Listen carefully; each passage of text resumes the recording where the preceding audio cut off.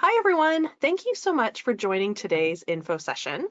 This is the Geospatial Data Analytics info session that we're hosting today for NSCC, and I am one of your hosts today, Megan McDonald. Really glad that you can be with us to learn more about this program. There are a few things that I want to talk about before we jump into all of the program specifics, and I want to start things off with a couple of important recognitions. So first off, we have a land acknowledgement. NSCC is located in Mi'kma'ki, the unceded territory and traditional homeland of the Mi'kmaq Nation. Our relationship is based on a series of peace and friendship treaties between the Mi'kmaq Nation and the Crown dating back to 1725.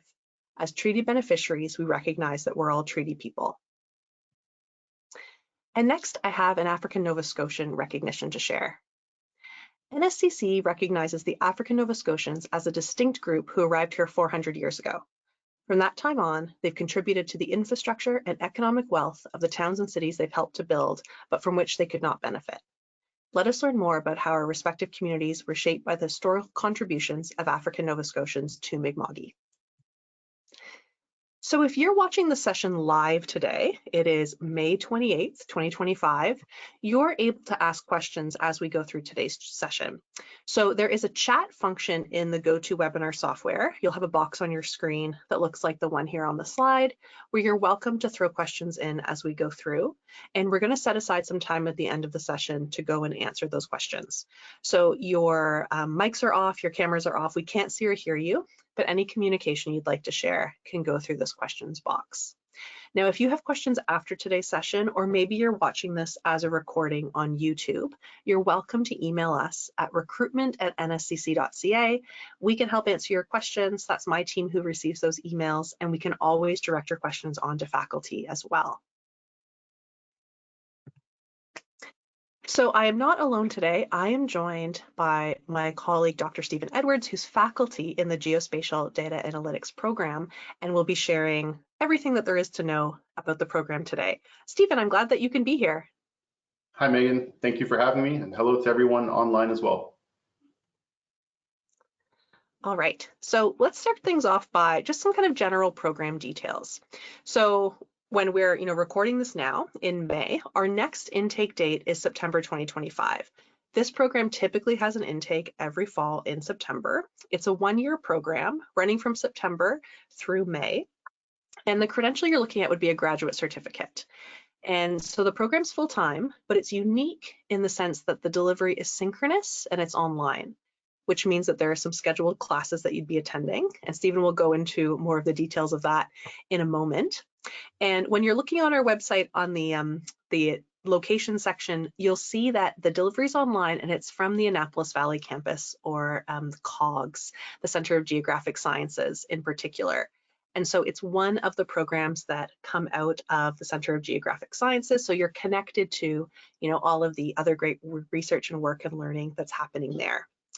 One thing I want to highlight, just in case we have any international students who are interested in taking this program, you are welcome to apply, but that this program wouldn't be eligible to then allow you to apply for a postgraduate work permit. Something to keep in mind. Admission requirements. So being a graduate certificate, that's indicating that as an applicant, you're going to need to come with some prior post-secondary experience. And so this can look a lot of different ways. It could be a college diploma, an advanced diploma, maybe you did a graduate certificate, or it could be an undergraduate degree. You could also certainly come with graduate studies, with doctoral studies, but at minimum, we're looking for a diploma, advanced diploma, graduate certificate, or undergrad in one of the following areas. So you can see here, we've got business, engineering, IT, geomatics, and then a list of other related areas. And there might be a bit of flexibility there as well, with consideration given to those who've got an relevant experience working in the geospatial fields, or potentially with some other education. Stephen, when you're looking at the folks who end up in your program learning with you online, do you see that there's quite a range of work and education experience that's bringing folks in and qualifying for them for the program? Yeah, absolutely. I think it's obvious that we're going to attract a lot of students that come from a geospatial background. So maybe they studied geography or earth and environmental sciences as an undergrad. but we do see a lot of students coming from humanities and social sciences, as well as the pure sciences and even business.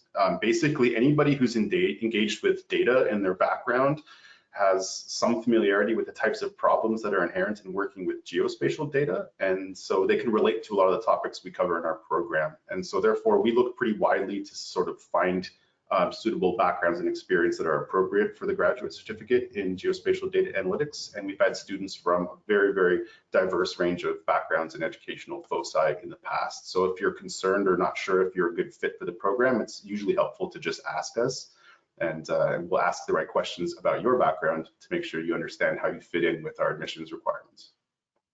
Sounds good. And if someone found out that they didn't quite meet those requirements at this stage, there would be other NSCC programs that could then qualify them for the program later on. So we could certainly find a pathway for you.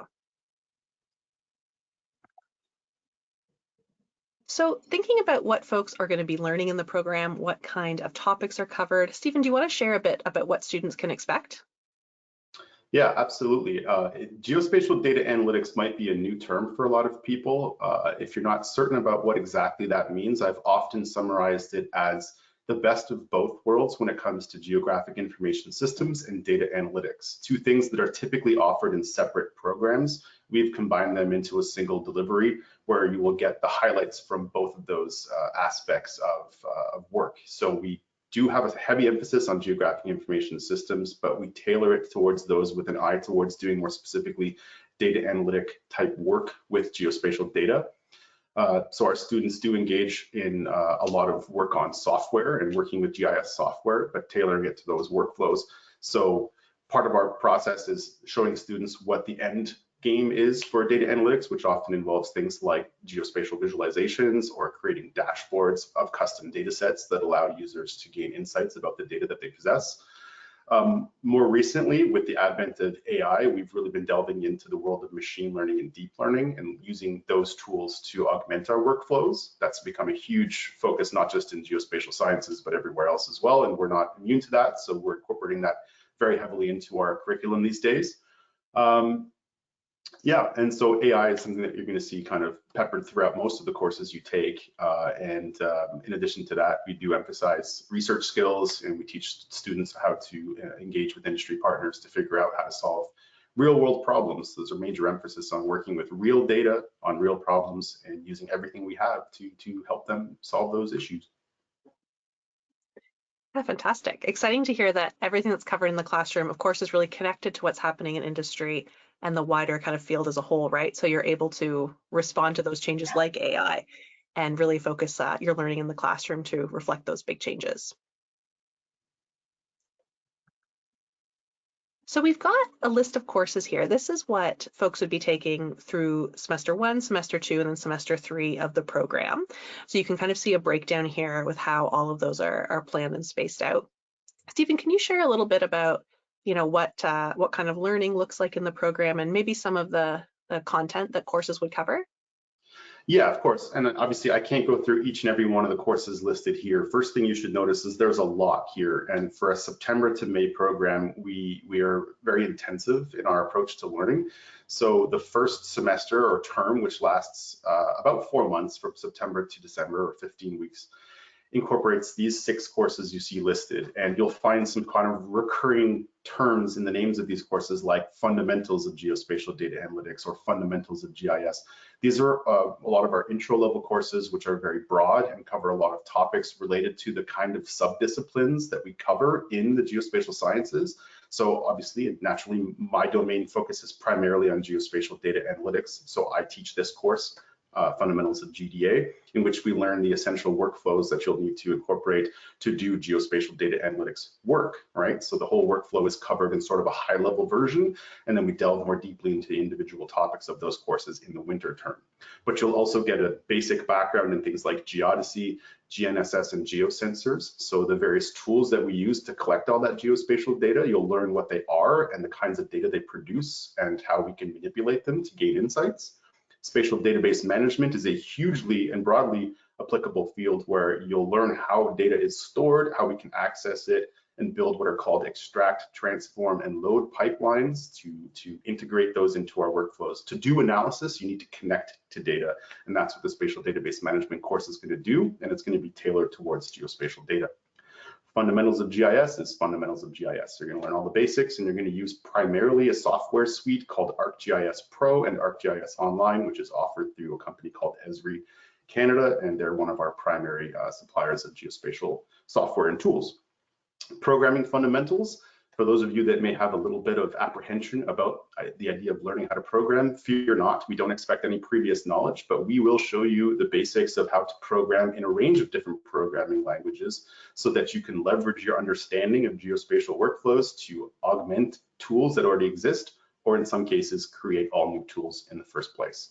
So we tend to focus primarily on the programming language known as Python, though you will also learn some SQL or SQL for working with database queries, and some R programming for doing some advanced geospatial analysis as well. And all of those are taught from the ground up, and we expect no prior experience. So, and we have found, just again to alleviate your concerns if that's something that you're a little bit worried about, we have found that some of the people that come in with no background in computer science or programming often become the best programmers by the time they actually leave the program in May, because it's something that maybe people were a bit fearful of in the first place, but didn't realize they had an aptitude for. And that's such a great and fun discovery process. Finally, the last semester one course is the fundamentals of remote sensing and digital image processing.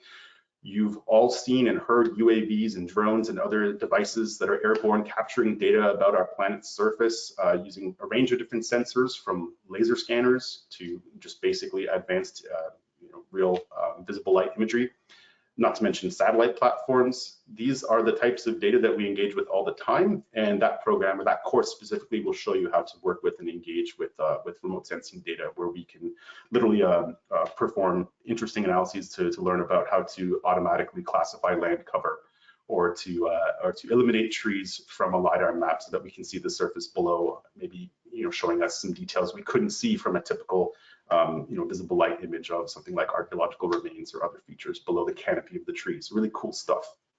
In the second semester, GDA students in particular will take the set of courses that are listed here, and these are specific to our GDA program students. So that means that these are not courses you can elect to take or electives. These are required courses. You'll take a suite called the data mining courses. So there's two of them. They're offered back to back, called data mining fundamentals and then data mining modeling, in which you are going to learn to apply the essential workflows of machine learning and deep learning and other AI tools to understand your geospatial data and make predictions on unseen samples.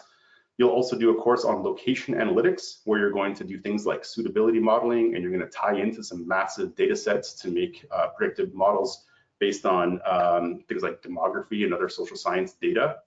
Image analytics is going to be in some ways an extension of your fundamentals of remote sensing course from the first term, but you're going to focus more specifically on building custom tools using Python and a range of different geospatial libraries to extract important information from what's known as raster-based data, or imagery, essentially.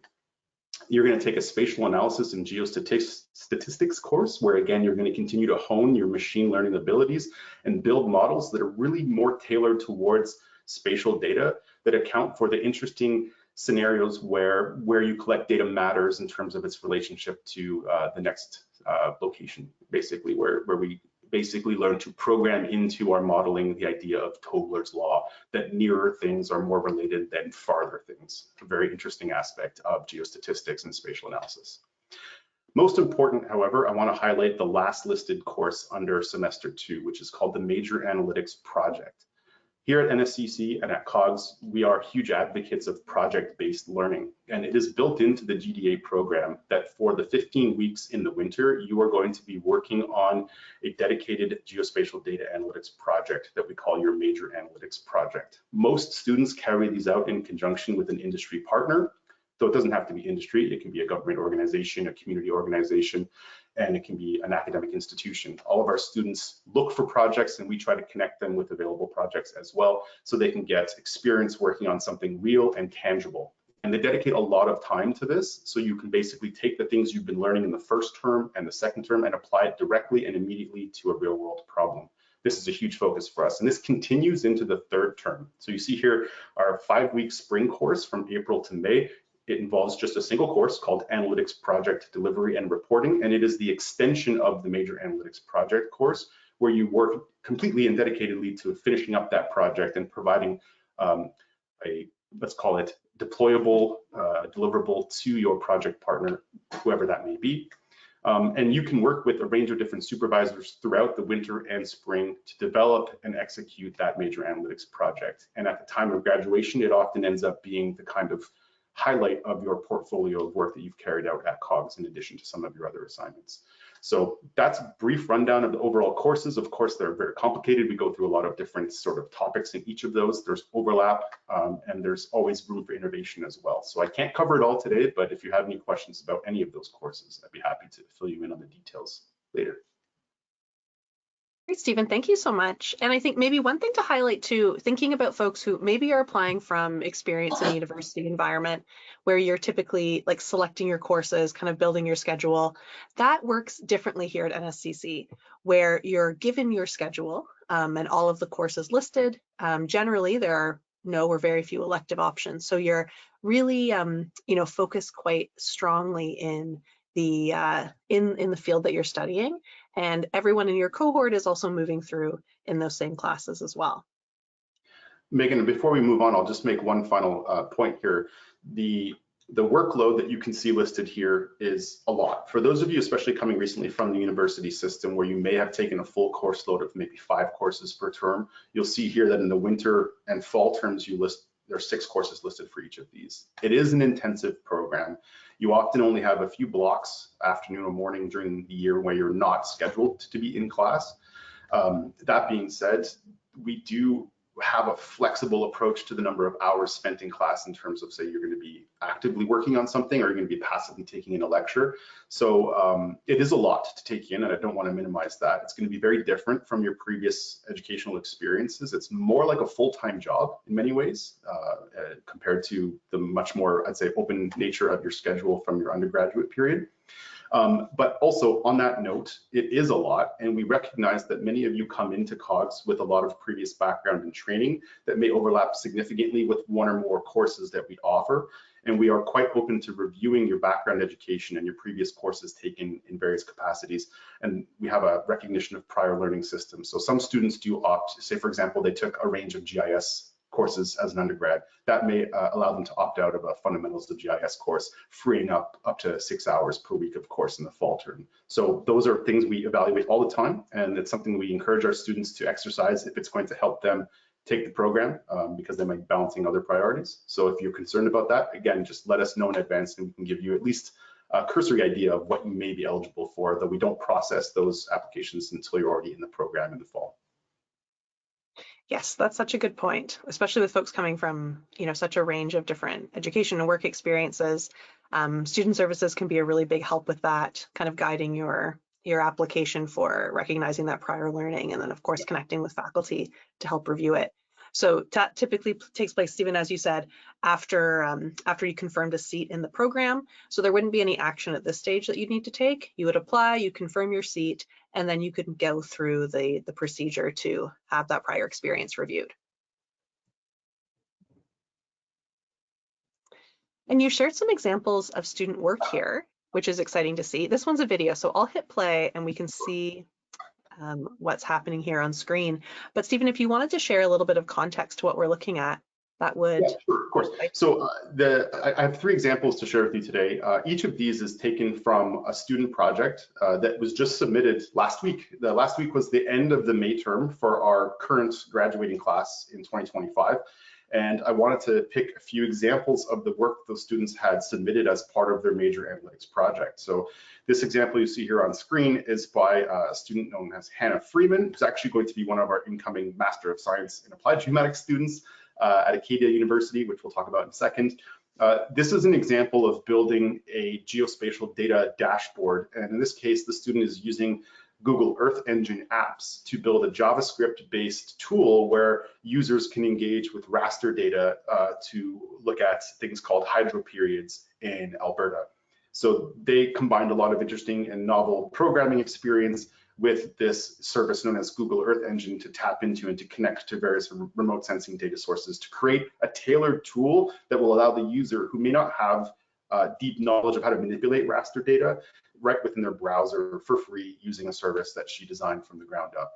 So a very nice kind of contained project that shows a lot of crossover with programming and geospatial analysis.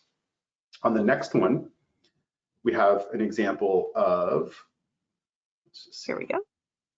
This one here. Yeah, okay, so this is an interesting, sort of totally different type of project. This student, Delaney Kidney, was working on doing flood modeling in the Rideau-Ottawa River area, or drainage in the city of Ottawa, which is actually near where I'm from. And so this is just a brief example of one of the sort of fly-through models that she used during her presentation, where she's showing us the kind of highlighted blue areas where they're highly susceptible to flood activities for 100-year flood events, where the damage might be a little bit more pronounced than other areas. You can see some of the building footprints included in this model to show you basically the impacts of as the Ottawa River floods, essentially, where would the impacts be greatest on both the Ottawa side and on the Gatineau side in Quebec. So, I mean, this is kind of the end product that allows the user to see it visually. There's a lot more analysis that goes into it. And in fact, there's a ton of interesting, innovative approaches to working with a range of different raster data sets to produce the underlying data required to model these events. But these are hugely important tools for us for doing things like risk analysis and understanding early warning systems for the general public, but also researchers who are engaged in flood modeling. This is a major focus for us here in Nova Scotia for a wide range of reasons.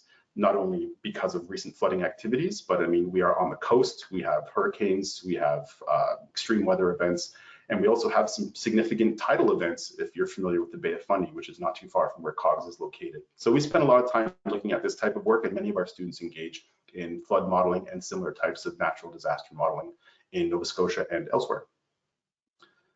The third and final example is quite a different project. There's no video for this one. It's just a couple of hand-picked images from their submission. This is by Ben Stark. Courtesy Ben Stark, 2025.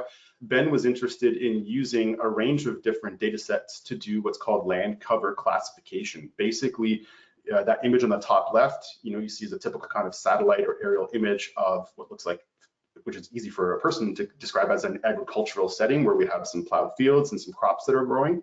The idea behind land cover classification and its automation involves using machine learning models and deep learning and a range of different artificial intelligence tools to automatically classify parts of the landscape into their various land cover classifications. So the complexities involved here are many, and the approaches to get to the end result can follow a range of different paths.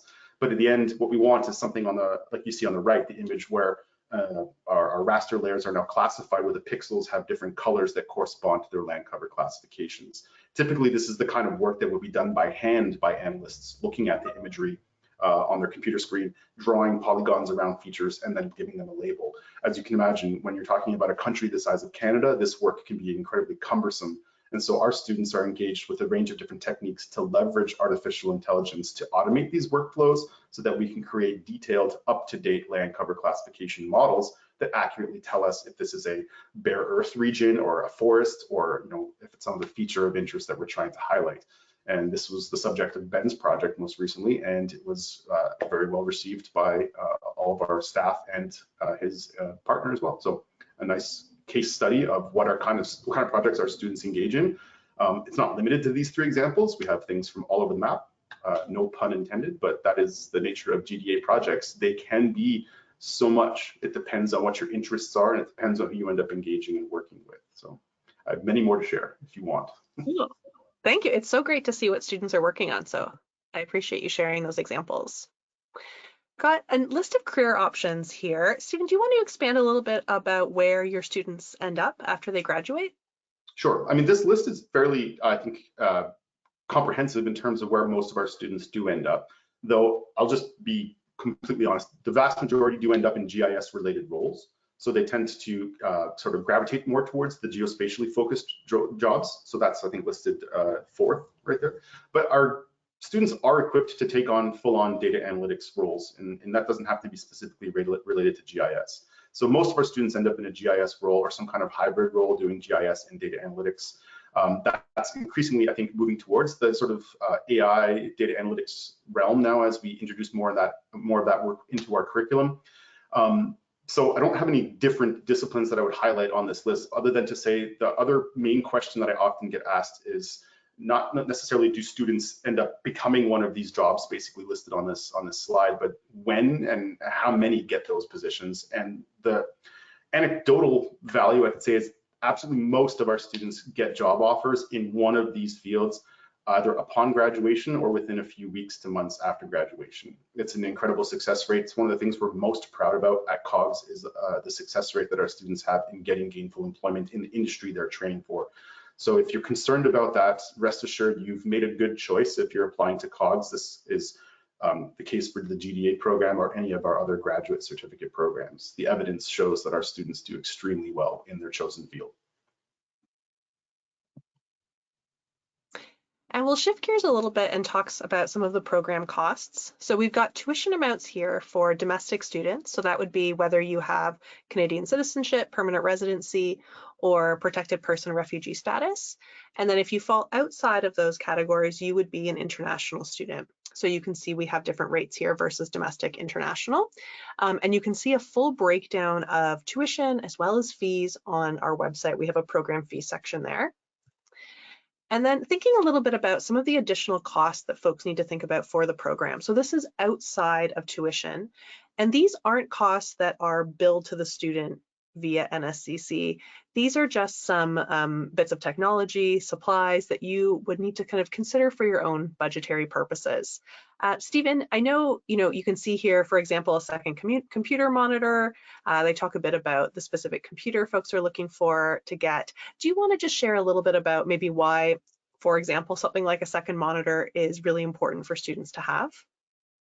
Absolutely, sure. Yeah, it's an essential part of my own workflow, and all of my students have basically adopted the same approach that if you're going to be learning in an online format, which you will if you take the GDA program, you're inevitably going to end up in a Microsoft Teams meeting with myself and your other faculty. And that means they're going to be probably sharing their screen, as I always do. And so if I'm doing something in ArcGIS Pro and I'm showing you a workflow in the software, you're going to want to see that on your one screen, and it's going to include small text. So you're going to want to have that window maximized, which means there's going to be no room for you to have your own version of that open at the same time on that monitor without shrinking things considerably. So most students, and I highly advocate for this, get a large second monitor and then can run the kind of Teams meeting concurrently with their own session, and they can see what's going on in real time and make those changes without having to flip back and forth between windows. It's kind of essential. I don't think I've ever seen any students stick the entire year through with just a single laptop monitor trying to do it. It's not really particularly fun.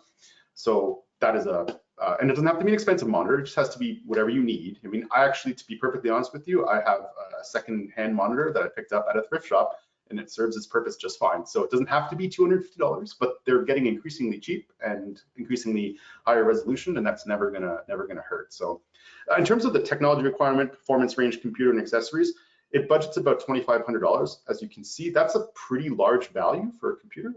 We do deal with some pretty big data sets that can be taxing to your machine.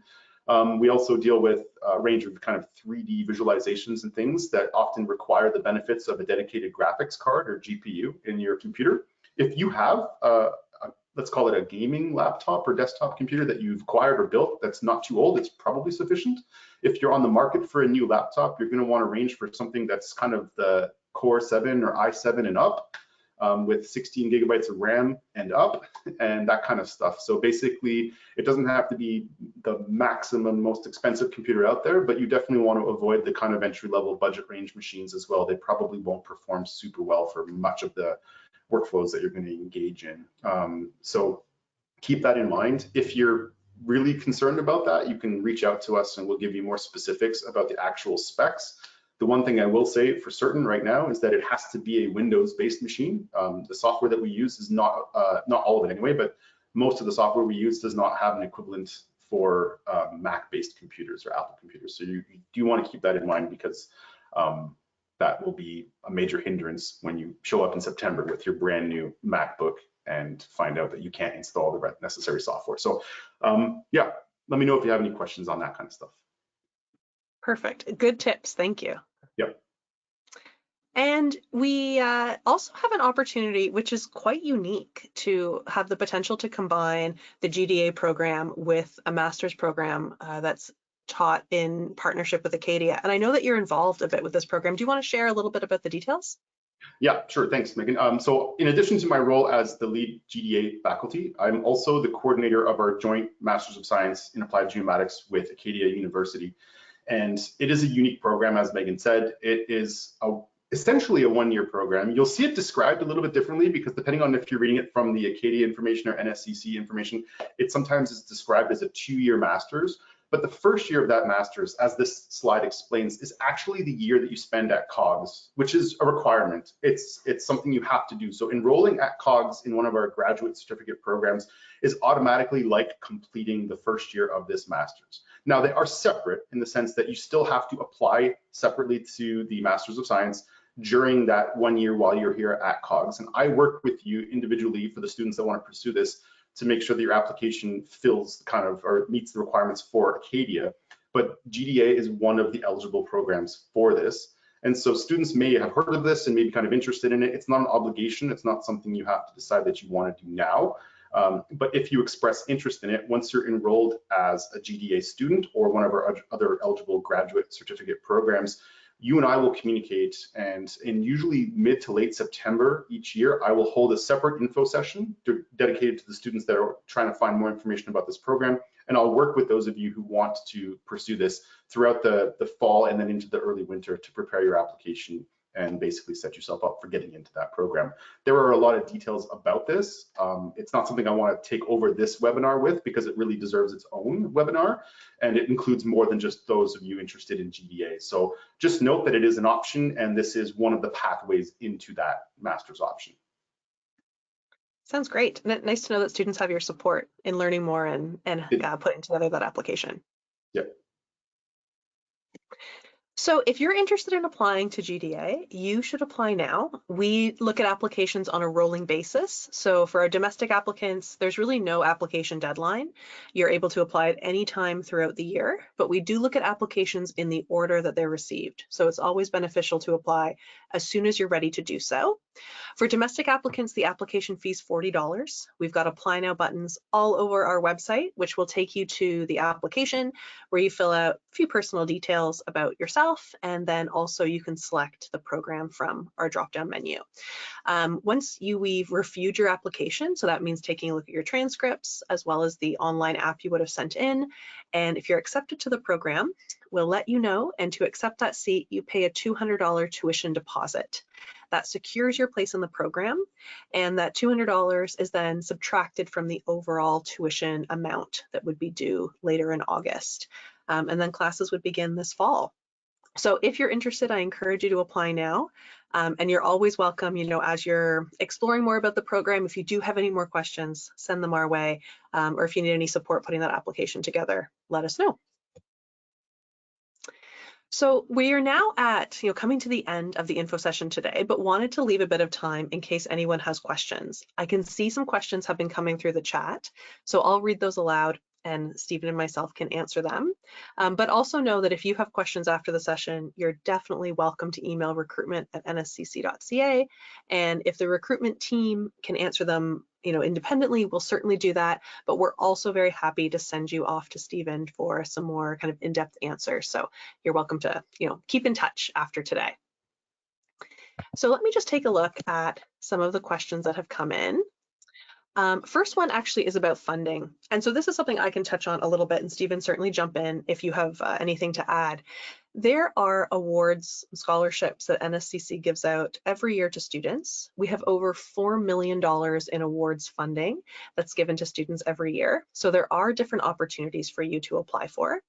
They can be applied for every spring and every fall, beginning from the time really this spring. Usually awards are something that you look at once you've been accepted to the program, that we do have a handful of awards that can be applied to before you've accepted a seat. They're for prospective students.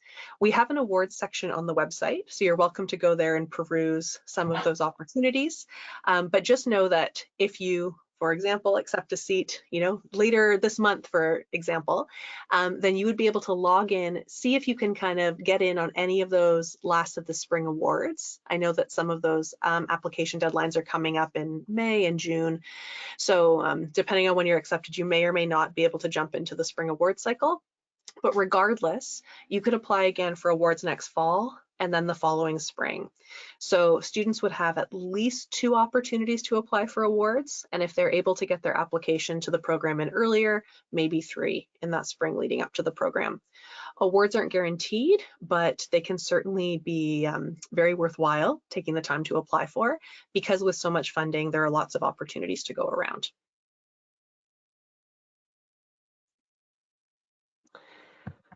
All right. Stephen, I've got a question here for you. Someone without geographic knowledge, is how they're putting it, but with strong data analytics skills, would you say that they have the opportunity to excel in the program, or are you seeing the more kind of geographical knowledge as being really quite vital coming in? That's a really good question. The reality is we have students that come from more geospatially oriented backgrounds, and maybe they don't have the kind of exposure to data analytics that some others would have. And no surprise, they will lean on that kind of insider knowledge when it comes to working with geospatial data, but the discovery process for them is oriented in the direction of data analytics and adapting that to what they know. It's just the inverse for students coming from data analytics. So you have an understanding perhaps of descriptive statistics or predictive modeling or inference, but you don't have a whole lot of background working with geospatial data. You spend a lot of time learning the nuances of geospatial data, and you end up kind of at the same place then as the other student, but you have your own unique perspectives on it. So it's not a disadvantage at all. It's actually in some cases an advantage, because you're learning geospatial science within that kind of context. And that can prove to allow you to explore insights or ideas perhaps that the student with the geospatial background maybe hadn't considered, because they're coming from something that they're kind of maybe a little bit more knowledgeable in or something like that. So no, it's not a disadvantage at all. In fact, I think it can actually be leveraged very neatly into your own budding geospatial career. We've got a few people curious about the class schedule. And schedules aren't released until August every year, typically. And schedules, of course, can change from year to year, which is why we didn't, share one in the session today. But Stephen, can you give folks a bit of an idea of what they might expect in terms of, when classes might be held, or, everything's online, but there might be a mix of synchronous and asynchronous learning? Yeah, absolutely. It's a good question, and it's one that we often get from students, prospective students. And I'll tie this into the first question that you fielded, Megan, about funding, because I actually think they're kind of related for a lot of people. Our schedule is, not to sugarcoat it for anyone, is intense. If you're taking that full course load, an example, and I can say this because even though it's not released until August, it's usually fairly consistent. Those 6 courses, they have different hour-long or different multi-hour commitments during the week, but you can expect more or less in the fall to have a 3-hour block of class every morning from about 8:30 to 11:30 or 9:30 to 12:30, depending on how they schedule that. And then probably an afternoon block of about the same 3 hours, at least 4 times a week. So in the fall, you're looking at approximately just one morning or afternoon where you're not going to have a blocked out schedule of class time. That seems extremely intimidating from the start, and that is true. And like I said, I don't want to downplay that. It is a full-time course load, and it's more or less the same in the winter, though there are some nuances there that I'll talk about in a second. However, what I said before about the way that we teach our classes stands, although this is unique to each individual instructor. You might have, say, 6 hours of class blocked out for GIS, fundamentals of GIS in the fall, something like that. This is just an example. It's not meant to be, necessarily accurate, but it's approximate. So say you have 6 hours, a Monday morning for 3 hours and a Thursday afternoon for 3 hours for GIS fundamentals. You might spend 2 hours doing some kind of lecture style education or training in that Monday morning class or whatever it may be, but that Thursday class may be more of a lab period where you're given a set of instructions to carry out the workflows you worked on Monday, but on your own time. So it's kind of up to the individual instructor. They'll be available during that time, but it's not going to be a live class necessarily. So it's not like you're going to be in Teams meetings for 35 hours a week. You may have a lot of time to kind of work at your own pace, so to speak. That's what we try to do to build in some flexibility to the scheduling, though again, that is specific to each individual course and instructor. My approach is, for the courses I teach, is to be as flexible as I possibly can, recognizing that students are coming from a range of different backgrounds, not just educationally, but also at the point in your life where you may have obligations to things like a job, part-time or otherwise, that you can't sacrifice to go back to school and to upskill to become a geospatial data analyst. If possible, I do try to make some of my material doable asynchronously. So even though I will schedule live synchronous classes, I try to sort of do things like record them so that if a student has to miss a class because they have to pick up a shift, they can watch the recording a little bit later. And we do this sometimes on a formal basis, but mostly it's on something of an ad hoc basis. But I work with the cohort of incoming GDA students to figure out a schedule that works for all of us within the confines of that which was laid down formally by NSCC. But the big kind of asterisk here, the major stipulation is that it is billed as a synchronous online program, which means you are expected to be available for any online synchronous material that is required of you. And it's up to the individual instructor to work with you to figure out what that definition is. I'm very flexible on that front, and most of that flexibility is kind of motivated by the fact that I want students that have part-time jobs to be able to keep those up so they can feed themselves and pay for their housing while still getting the education they want.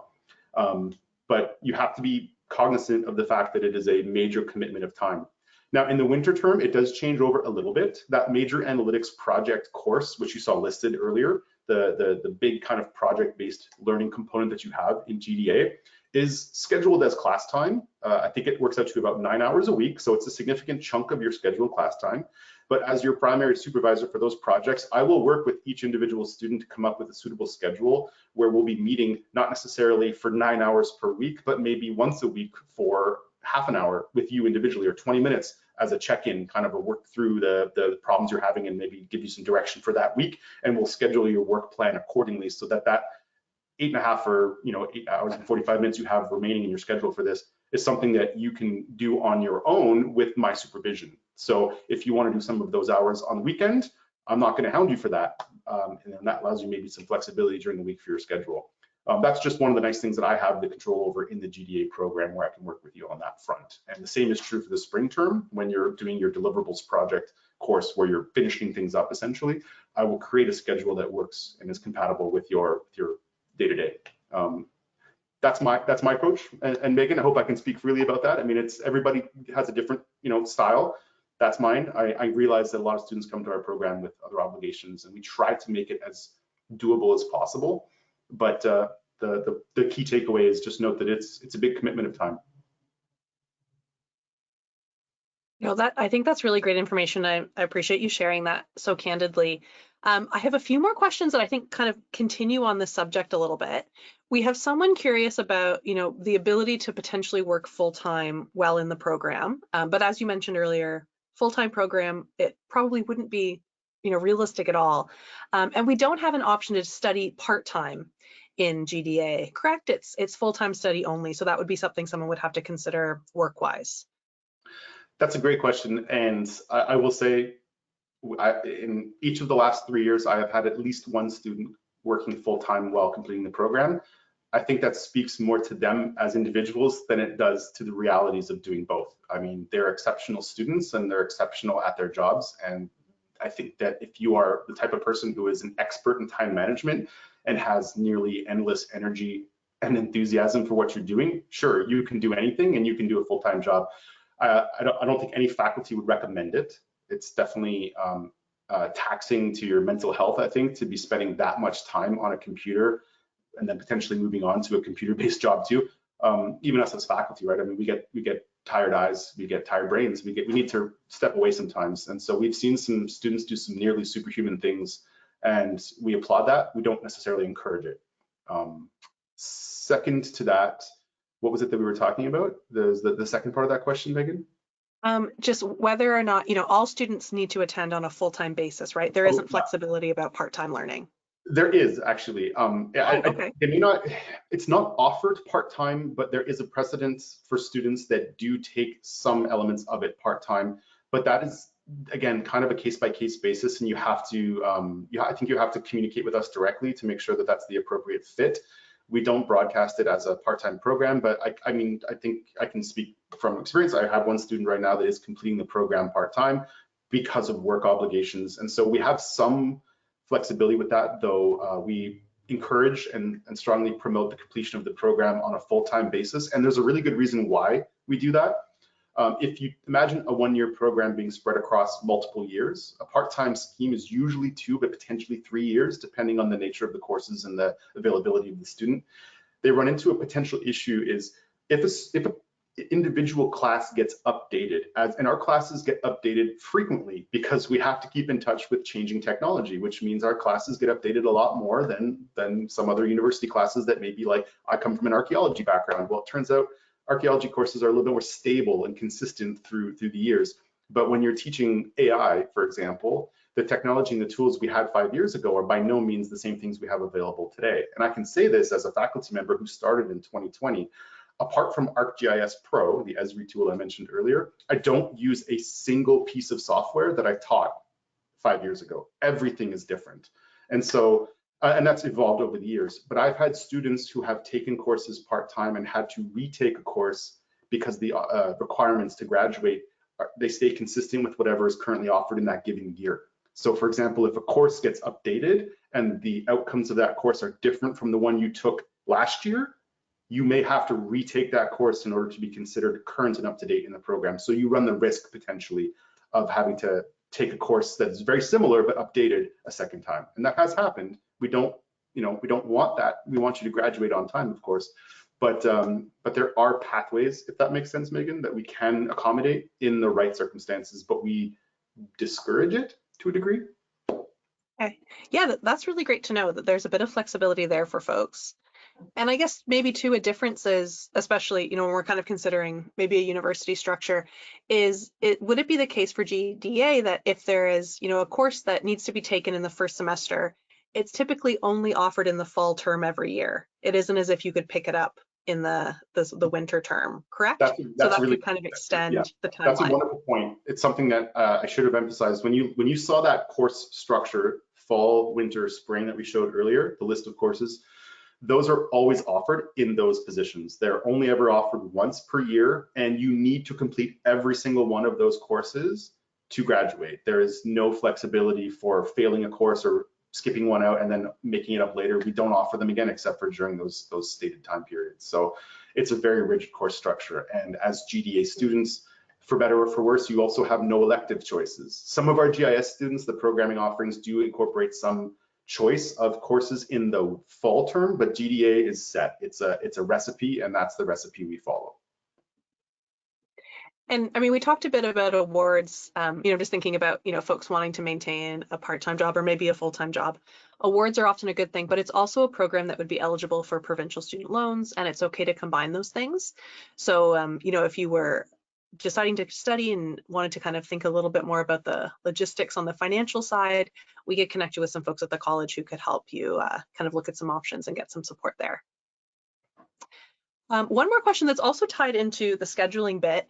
Someone's curious about whether there are evening classes, or are classes typically within the kind of regular workday here in the Nova Scotia time zone?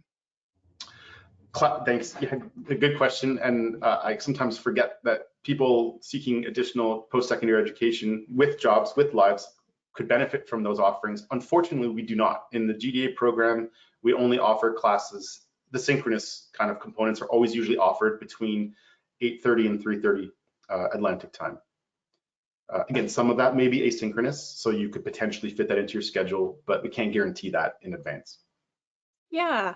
And I guess this person is in Alberta, which so is thinking, of course, about the time change and having to wake up certainly very early to join an 8:30 class. And maybe that's a good kind of next question to ask is, do you have students from all over Canada, or is everyone based in Nova Scotia? And I say Canada, but also beyond.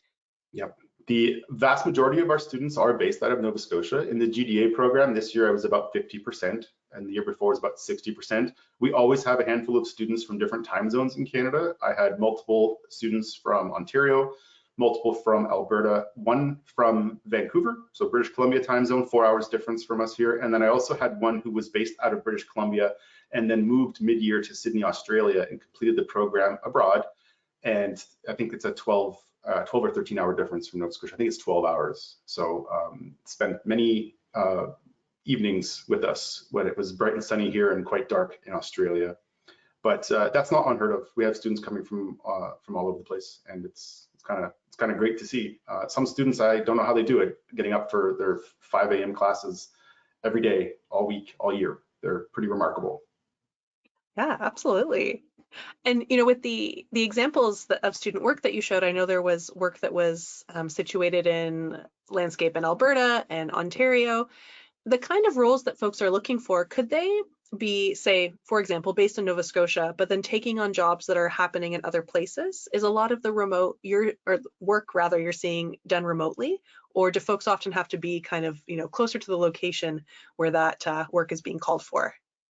Yeah, that's a good question. I think that over the past years, I mean, I've only been with COGS for 5 years. I say only, I mean, it's starting to feel like a little bit longer time, but I have colleagues that have been here for over 20 years, and they can speak to, and I'm starting to see the kind of growing nature of COGS as the Center of Geographic Sciences in the Annapolis Valley of Nova Scotia, where much of our student project-based work derived from local companies, local industry and community partners, and the data sets were kind of more immediately Annapolis Valley centric.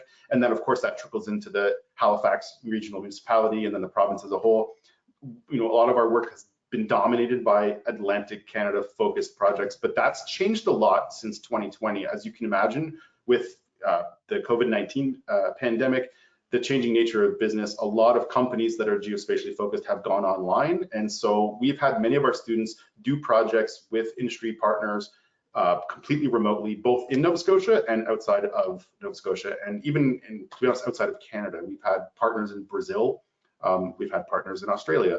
So this is not uncommon these days. And those students doing projects with partners outside of Nova Scotia, different time zones, different provinces, often end up getting remote positions as well. It's just the nature of the business for many units. So that's not uncommon at all anymore, and it's something that doesn't restrict you. So if you have a project or you come across an interesting company that's located in Alberta or Ontario, and you want to reach out and see if they want to provide you with some data and work on a project together, often some of the best partnerships emerge from those conversations, and very few places, oddly, are concerned about distance in the world of geographic sciences. Fantastic. So many exciting opportunities. I really appreciate you, Stephen, taking the time to share them with us all today. Sure. It looks like question-wise, that's it for what's coming through the chat. But thank you so much for everyone who's been, watching this live and sharing what they're curious about with us. If anyone has questions after today, email us at recruitment@nscc.ca and we can help you out. But otherwise, we will sign off for now. Stephen, is there anything else you wanted to add before we say goodbye? I guess I'll just add that you're making a really good choice if you choose to come to NSCC COGS. I think the GDA program is the best of those choices, but you can't really go wrong. So thank you for your interest in geospatial data analytics and for taking the time to ask us questions and get more information on the program. Best of luck in the future to all of you. Fantastic. Thank you so much, everybody. We will sign off and have a great day.